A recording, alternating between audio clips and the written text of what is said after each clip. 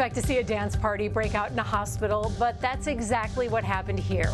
Thanks to a team of dedicated nurses led by one dedicated nurse who really wanted to celebrate a heart transplant patient. And this morning, that patient, Cristina Morales-Carrillo, shares her journey leading up to this moment and how she's doing today.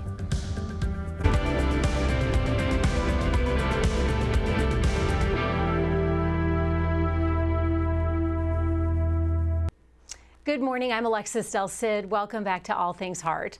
A young mom with a heart that didn't always follow the rules. Cristina Morales-Carrillo was born with a heart defect, but it was manageable for most of her life, right up until last summer. That's when it began to fail completely, taking her on a harrowing journey, ultimately ending with a second chance at life.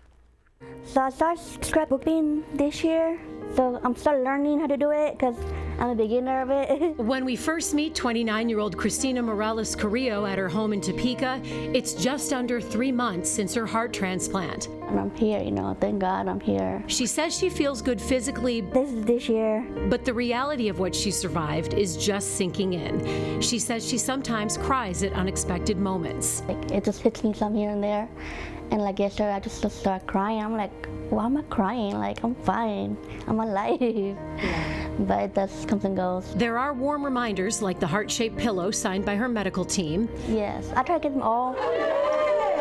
Along with videos of the dance party her nurse Ginger surprised her with. Country girl, shake it for me.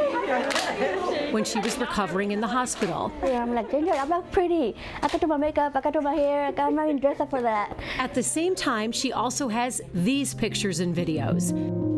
Stark reminders of how close Cristina came to crossing over and leaving her beloved family. A family that includes her husband, adorable little boy, parents, siblings, and dozens of relatives that all live in Topeka.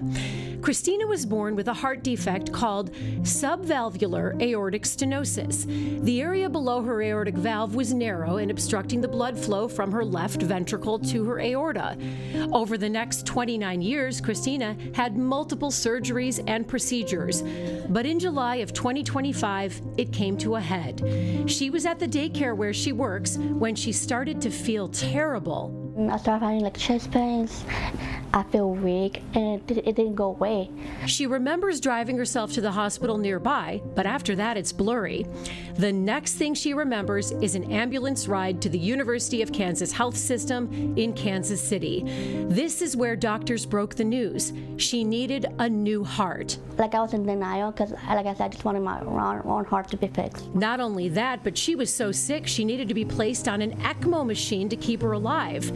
Ultimately, she was removed from ECMO 4 days later because of complications, but luckily she was well enough by then to stay in the hospital off ECMO while she waited for the new heart. She got it on August 30th. By October 3rd, Cristina was home, her new heart filled with gratitude. And her message to anyone else who may be facing something similar one day is simple. Just have faith. It could be rough, it could be hard, but at the end of the day, you'll make it.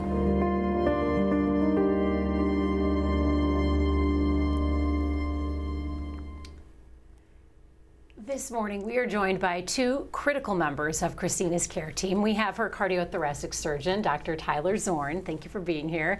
And one of Cristina's ICU bedside nurses, Ginger Ireland Hoffman. Ginger, you're the brainchild behind the dance party.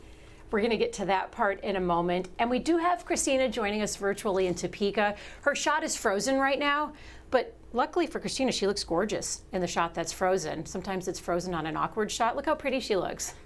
We're going to get to Cristina as soon as we get that shot unfrozen. We are so happy to have her joining us. What's it like to see Cristina's story?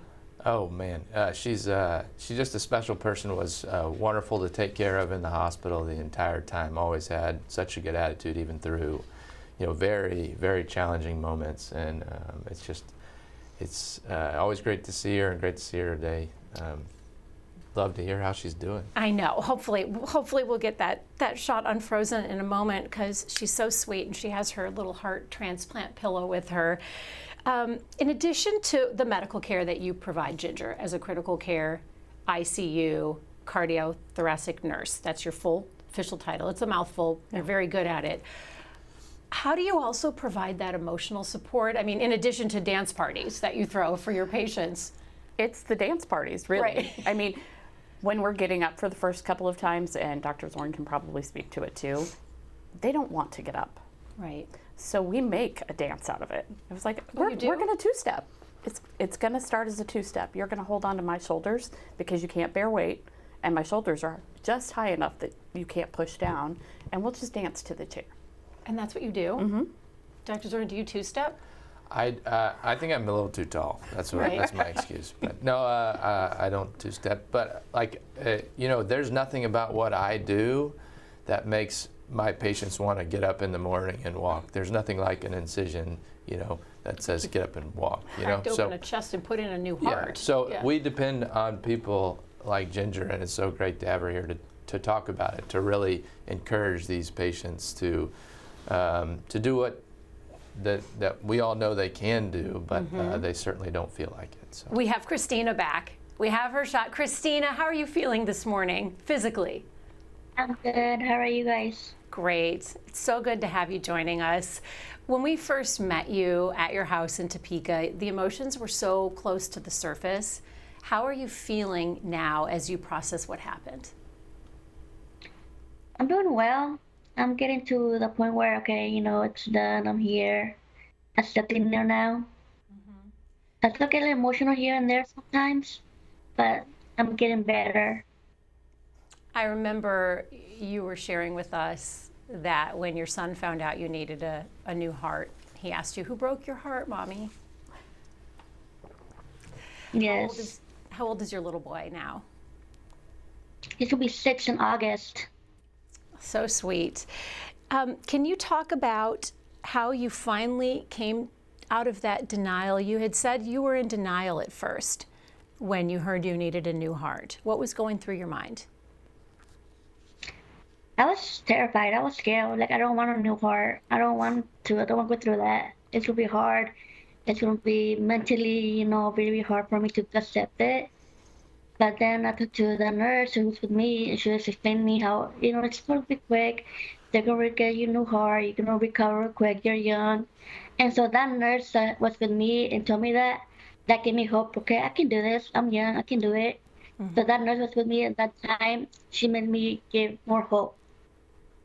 Before Cristina was put on ECMO, Dr. Zorn, she was very, very sick. ECMO is a form of life support. So what has to be happening or not happening in your heart to be put on ECMO? Yeah, really it's a last resort for us.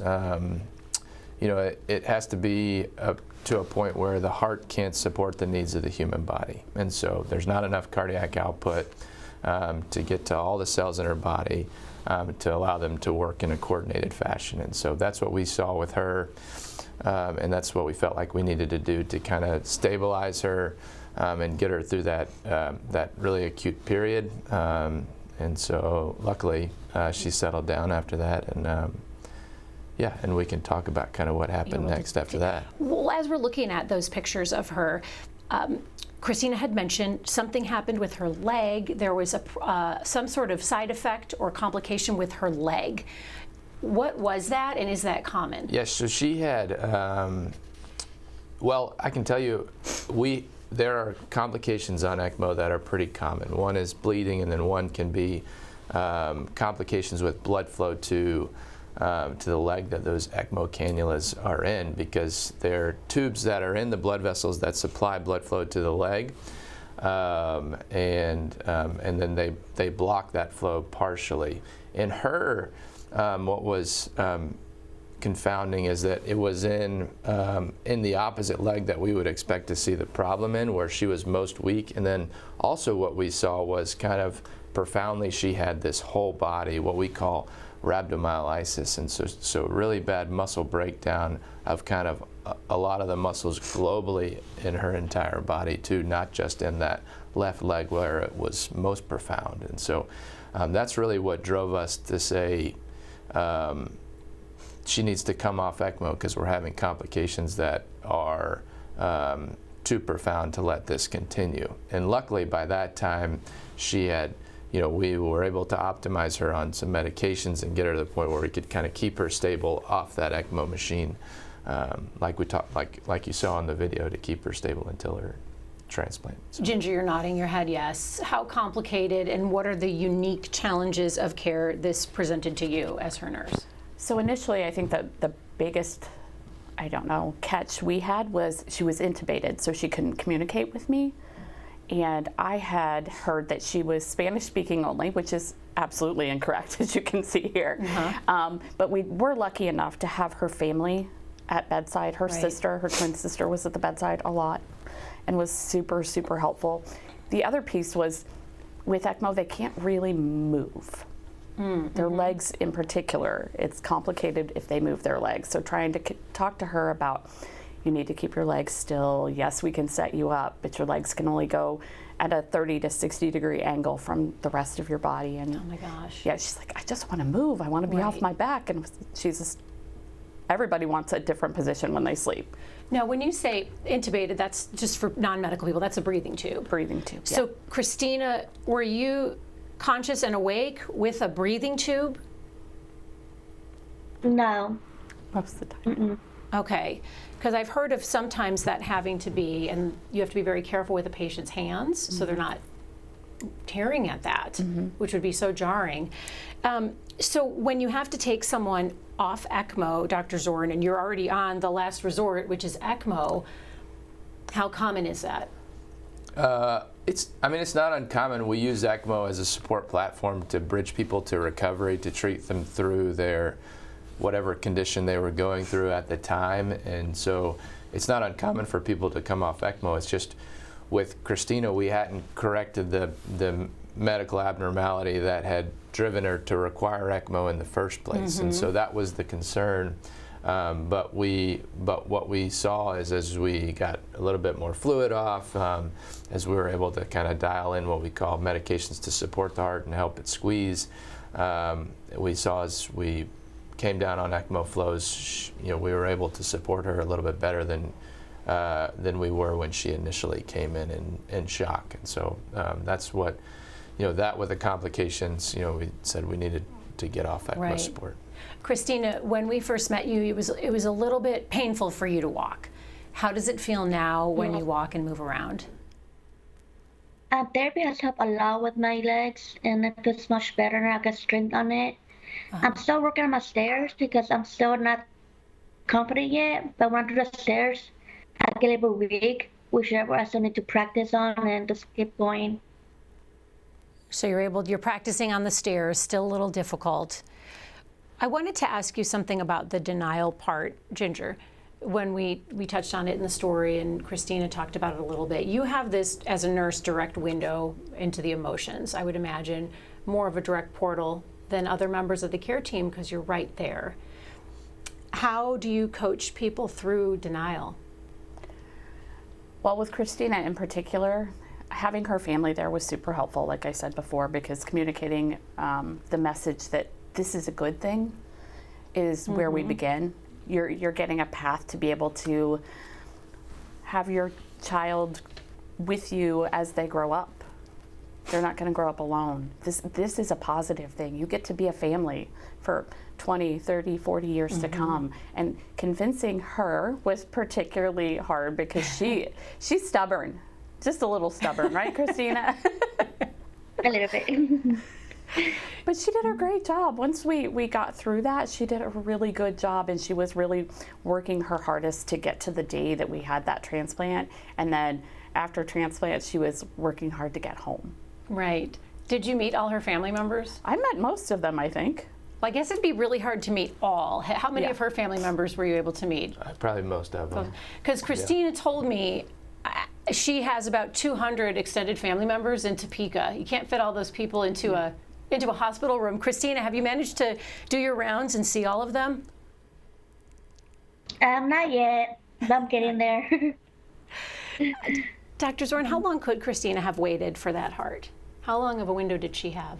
I think she could have waited as long as it took. We knew, she's not the tallest person in the world. So, finding a heart is all about finding a good match. So we didn't need to find a heart that was, you know, a lot of times we need to find a heart that's big enough, and so with her, you know, we could accept a heart that's on the smaller side. So we didn't think it was going to take as long, and so it was always going to be as long as it took, and no matter what that need was, if she, you know, thankfully she didn't need to go back on ECMO, but if that's what it, you know, it would just have been whatever it needed. You had the tools to keep her alive until this happened. And I will say, you know, going back to the denial piece, and she wants to keep her own heart. I mean, we also feel that way as well. Whenever we can keep somebody with their native heart and extend that as long as possible, I think it means their overall survival long term is better. And so we looked at it a number of ways. She had already had multiple surgeries. We talked about it. I mean, I probably talked about it with all of my colleagues and beyond about what our options were for just conventional surgeries to go back and look at that valve. But you know, we all came back to it in the end that her heart was too sick, and these operations in the past had been so short-lived that the best thing right now to do was to transplant her and move forward. You talk about those meetings, and I think a lot of patients are surprised when they realize the sheer number of people that are involved in meeting about their care specifically. So what does that look like? How many people are in that room? How long are those meetings going on? Where are they happening? Because I just always picture one doctor coming in and saying, we have to do this and it has to happen now. And it's completely not like that. No, it's rarely like that unless it's very straightforward. Yeah. But you know, especially our group, I have amazing colleagues, so it kind of happens in two different fronts. Sometimes it just happens in the hallway in the office, you know, where we're sharing complex cases, you know, and just looking through images. And then you know, when we talk about, you know, transplant committees, it's, you know, it's a plethora of people from all different fields that are looking at every angle of a patient and determining, you know, what it's going to take to get that patient to transplant. We have some questions and some viewer comments coming in that we're going to share in a little bit. If you have a question or a comment that you'd like us to read out loud during the program, you can send it to us right now on YouTube, Facebook, or the All Things Heart email, and you can find those links right here on your screen. Cristina, can you hold up the pillow that you have next to you? Hold it up a little bit more. So, do you sleep with that? Where do you keep that? No. I keep it safe. Keep it safe. Tell us about that pillow, Dr. Zorn and Ginger. Is that something that every single heart transplant patient gets? Well, that might be a record for the most number of signatures on a pillow that I've seen. Keep holding it up. Wow, look at all those. It's impressive. That's really neat. Yeah, everybody gets one of those pillows. Yeah, every heart transplant and every open heart surgery gets one of those pillows. Cristina, after you woke up from your transplant, what's the first thing that you remember thinking? To be honest, I'm alive. I'm alive. I was so scared of getting through it. You know, it was a scary process for me. But I kept faith and I made it through it, and just being awake was a blessing. Yeah. After all that, I'm alive. We want to know more about the dance party, so let's get to the good stuff. This is our favorite video ever. Okay, Cristina, this was a big surprise for you that Ginger organized. At what point did you know this was going to happen? To be honest, I thought she was joking about it. Like, she's not going to do a party for me. I mean, you know, I'm just a girl, normal Latina, and next thing you know, I'm here with the whole group of nurses and people and doctors. I'm like, Ginger, I'm not ready for this. Like, I'm not even dressed or like makeup. My hair's a mess, and I'm in the gown. Like, how dare you do me like that? Okay, first of all, when we look at that video, you look pretty darn cute. You've got your little braids and your signature red lipstick. You look so happy and adorable. Ginger, how did you know this was something that Cristina would like? We had a lot of opportunities to chat. I think we were 3 weeks before she got her heart transplant. We had a lot of one-on-one time, and I said, if you could be anywhere else right now, where would you be? I would be dancing. I was like, okay, I'm gonna keep that little nugget and save it for later.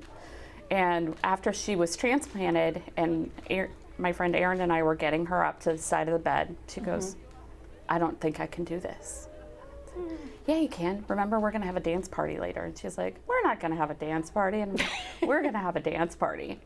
And the dance party ended up being almost 3 weeks after transplant, maybe 4, because I had nursing students that were there with me and loving every minute of hanging out with Cristina and learning about her story and having those moments. That was my next question is, who are all the people in the video? Are they all nurses? Are they medical students? Who are they? No, there are nursing students at the N2 level, the N3 level, so second semester nursing students, third semester nursing students. There are nurses from CTI. There are techs from CTI. The nurse manager from Heart Center 9 is in there. A couple of my colleagues from CAIR and Bell IR came up too. So it's a pretty good group. Our tech is in this picture. Right next to her is Jordan. And then her mom, Cristina, is also in the picture. That's what I was going to ask. Christina's mom, the woman in pink. Dr. Zorn, did you get an invite? I think I may have got an invite, but I don't get to come to all these cool things because usually we're just in the operating room. You're just doing the basic old heart transplant. But I would like to say one thing. You know, she said she was normal, and I just think you're anything but normal, Cristina, and you are a very special patient. And when you watch those videos, that's incredibly clear, is that you're surrounded by a bunch of people that you've formed relationships over the last month with that are just incredibly happy for your recovery and what you're going through. And so it's always fun to see videos like that, but it's because it's clear there are a bunch of people in that hospital room that really are rooting for you to do well. How much of a change does that make on the outcome of a patient when they have that kind of support? I mean, look at her. Yeah. She's shy. Christina's modest and shy. She's just a normal girl. Yeah. Clearly, she's exceptional. So, Dr. Zorn, clearly this isn't a typical situation where you get to see a patient at a dance party. Yes. And you don't normally see patients on the other side because you're in the OR and then... Yeah, and as surgeons, we only usually get one, 3-week, 4-week follow-up, and most of the time they're doing fine. And so the hope is that patients don't come back and see their surgeons that often because usually it means something's going wrong. And so it's always nice to see people 3 months, 6 months, on this show outside the hospital. When's the best time to see fun these? Stuff. Yes, so it's always incredible to see patients, and great to see Cristina doing so well. I want to get to some of the viewer questions and the viewer comments, so let's go to those right now.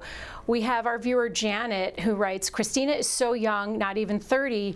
How common is it to do a heart transplant, on a woman that's so young? Not common, and like we say, we try, we do everything we can not to go down the transplant route until it's like ECMO, right? It's a last resort, and so but when you run out of options, this is what you're left with. And so unfortunately, heart disease comes in at all ages. It does happen more commonly in elderly people, but it's not uncommon, as we've seen on this show, and and other times that we are transplanting people young. So Jenny has a question for you, Cristina. Jenny wants to know what your thoughts are on reaching out to the donor's family, and if you think you'll want to do that. Oh yes, definitely. I want to get in touch with them as soon as I can. Just to be grateful, because it's nothing easy to lose somebody and give the part to someone else to keep them alive. And just be grateful for them. Cristina had said she wants to reach out to the donor's family as soon as she can. What's the usually timeline? They do that through our local OPO. It's 6 months to 12 months, something like that, and then our local OPO, which is the organ procurement organization that works in the Kansas City area and beyond, will work with the organ procurement organization from where the donor heart came from. Got it. And so they'll kind of be the intermediaries between the donor family and the recipient family, because we always like to give privacy to the donor family, because sometimes it's too hard, or sometimes they don't want to share, and but a lot of times, more than often, the donor family really wants to figure out where this heart went and how it's doing, and especially, I'm sure they would love to hear a story like Christina's, who's doing so well. See how she's honoring that second chance. When Cristina decides she wants to do that, does she tell you, and then you reach out to the OPO? What steps It's does usually she take? probably more because she doesn't see me in clinic. It's probably more the heart failure, the heart transplant coordinators that work here at KU that help her get in contact with the organ procurement organization, and it's sending a letter or something like that. We have a question from June. June has a question for Ginger. She writes, how, Ginger, are you able to form the bonds with your patients, have time to hold a dance party, and be a high-stakes nurse in the ICU when I can barely plan what I'm going to eat for lunch? By not eating lunch? Seriously, how do you do that all? Honestly, we spend 3 12-hour shifts a week, and typically it's with the same patient. So continuity is there, and the relationship starts on day 1. And she was there for several weeks. So we had lots of opportunities to hang out and talk. And, I built relationships with her husband and her sister and her mom, and just being able to communicate. And when somebody else is taking care of her, just stopping by and saying, hey, how are you doing today? Just stopping by to see how things are going. And sometimes we two-step, right, Cristina? Yes. You're able to get her up and out. George has one more question, and I'll direct this to you, Dr. Zorn. He wants to know, why are some patients awake on ECMO and other patients are sedated? We try to get everybody, when we talked about the breathing tube, we try to get everybody extubated, get the breathing tube out, and have everybody awake on ECMO. That can be awake, and so that's having a good mental status, not having a tremendous amount of anxiety, being cooperative with the devices that are in place, because we know that patients are awake and doing exercise and therapy. We'll walk patients on ECMO. We'll stand them, and so the more we can do that before whatever next steps are required, the better patients do. So we tried to keep everybody not sedated on ECMO, but there are reasons that we have to. So. For today's takeaways, I want to start with Cristina. Cristina, what do you want people watching to know about your journey? Like that. Don't you keep faith. Like I said, it was hard for me to accept the new heart, and there was denial. But don't you keep faith and keep moving forward, one step at a time. You get there. 1 2-step at a time. Ginger, what about you? Trust your provider, trust your bedside nurse, and it's going to be okay. It's going to be okay. I have actually one more question that just came in from Sally. Sally wants to know, can a woman ever get a man's heart or vice versa? Vice versa, both. I mean, So, man can get a woman's heart, women can get a man's heart. It's all about matching size and matching cardiac outputs, and making sure whatever heart you put in somebody, whether it's a mismatch or not, is that it's going to be able to sustain the needs of that recipient that you put it in. Because we have profiled another heart transplant patient, Robert Frias, who got a teenage girl's heart. Yes. And he's doing amazingly. Yeah. So, Dr. Zorn, what would you want to say to our viewers and to Cristina? Well, I mean, I think I've already said it. She's such a special patient, and it's been tremendous to see her journey, as hard as it was, to see that determination bring her to where she is now, and it's great to see her months later, and I'm excited to see her even further beyond just into her journey, and see what that brings for her. But I think today, is a story about relationships and our critical need for the bedside providers and how much they make a difference for our patients. It's not something they get enough credit for, but they truly make all the difference, because, like I said, there's nothing about what I do in that operating room that makes a person want to get up and move the next day, but it really is the relationship and the trust that they build with their bedside team that really makes all the difference. And Ginger, he's talking about you. Yeah, something like that, huh? We wouldn't have got to be nice to her every once in a while. Ginger's amazing. We wouldn't have known about this case if you hadn't have thrown the dance party, which led us to you and to Cristina. The best day ever. Are you starting to tear up? Oh, just a little. It was such a good day. It was her longest day standing that day. And I think she went home a week later because PT and OT is really hard. Yeah. And the fact that she stood for a full 30 minutes dancing, PT and OT were like, well, we don't have to come see her today. She got it. Ginger, thank you for everything that you do as a nurse. It's so special, the connection you have. And thank you for your time joining the show. And Cristina, thanks for sharing your journey with all of us. And to our viewers, if you'd like to watch or share any one of our past episodes, just scan the QR code on your screen. It will take you to a list of all of our past episodes. Coming up tomorrow, what started as a sinus infection and unusual exhaustion turned into a life-threatening discovery. That's tomorrow at 8 a.m.